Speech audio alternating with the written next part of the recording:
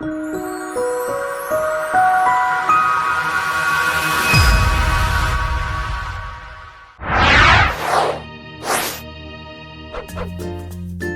ASA members. Two subjects in today's video: school violence, recurring, and change. How do principals deal with change? Let's start with the United States Secret Service report just recently issued. That report, released November 7th by the Secret Service's National Threat Assessment Center, analyzed 41 school shootings between 2008 and 2017. The analysis generally confirms the conclusions of the agency's original 2002 publication on school safety, which said checklists of characteristics of school shooters aren't worth much. They aren't helpful in preventing violence.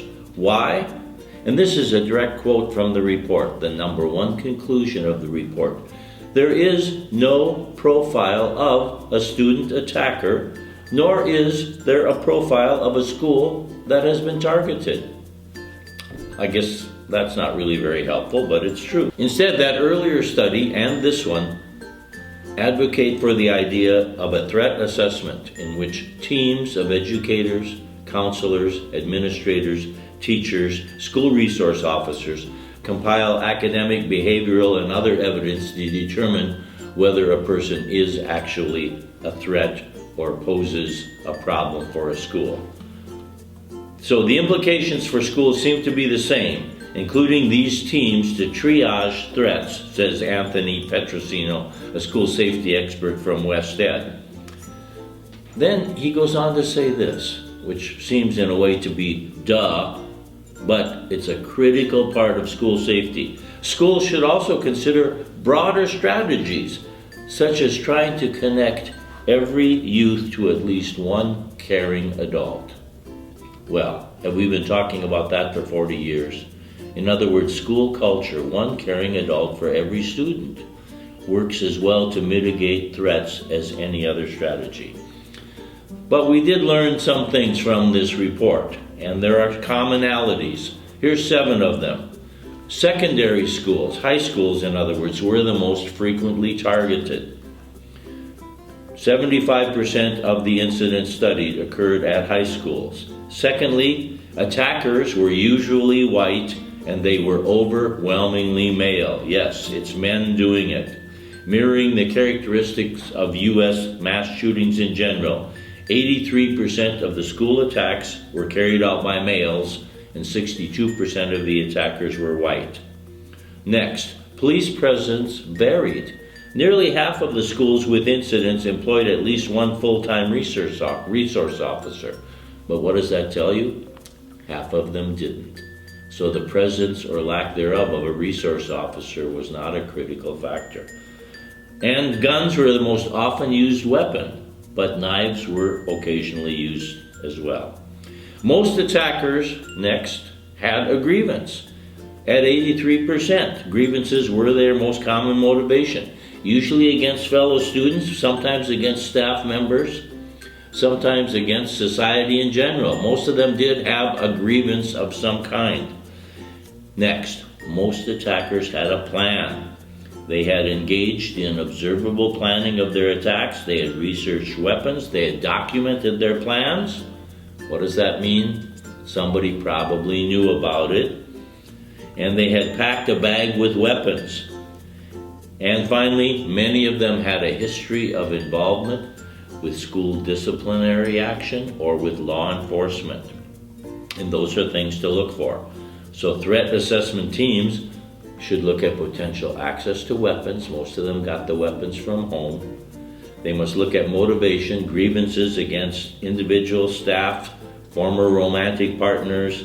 They should also look at a history of infractions at school with law enforcement. These are things that can be looked at. I've provided a link in this message to some articles about this report. Now let's move on to change. 4 things principals should and shouldn't do according to recent research if change is needed. Is change needed? Well, Michael Fullan has said, change is mandatory, growth is optional. Change will happen. Will you grow and learn as a result of it? That's up to the leader. So, the research says there's 4 do's and don'ts. First, don't. Don't come to a new school and make changes immediately. Do consider what's working well before you make a change. What's working well? Can you build on that? Next don't, number 2. Don't ignore the veteran teachers. That will be a big risk. Do instead build relationships, build political capital. Number 3, don't get too arrogant and cocky and issue mandates. I used to say minimize the thou shalts. Do instead get out of your office. Where should principals be? Where the largest number of students are. If you have 500 students somewhere, that's where you should be. Don't ignore teacher input. That's number 4. And finally, the research says, do tap instead teacher leaders to pilot a new initiative. If something new is coming down, get some teacher leaders to try it first. As Doug Reeves, noted researcher Doug Reeves has said, behavior precedes belief. If a few people try it and it works for them, that develops belief.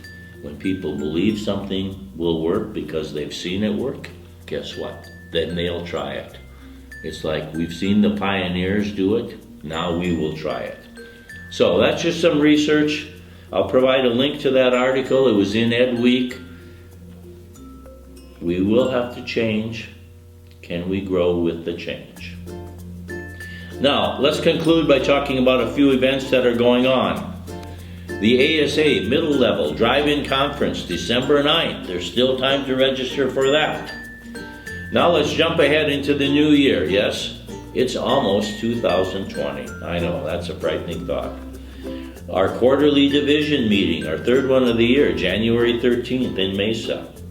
The Aspiring Principals Conference, January 24th, put on by our elementary division at the Chandler Center for the Arts. And finally, we know that teachers occasionally misbehave. They occasionally do things they shouldn't do. Let's not fire them. Let's modify their behavior. The Modifying Teacher and Employee Behavior Workshop, the second one of the year, January 31st. I'm getting ahead of myself. I really don't want to grow old more quickly. January 31st at the ASA office, upslope training and modifying employee behavior. That's in the new year. Let's not get to the new year yet. Let's finish the old year, 2019, with a surge of good teaching. Let's keep our schools going at the great clip they're already doing.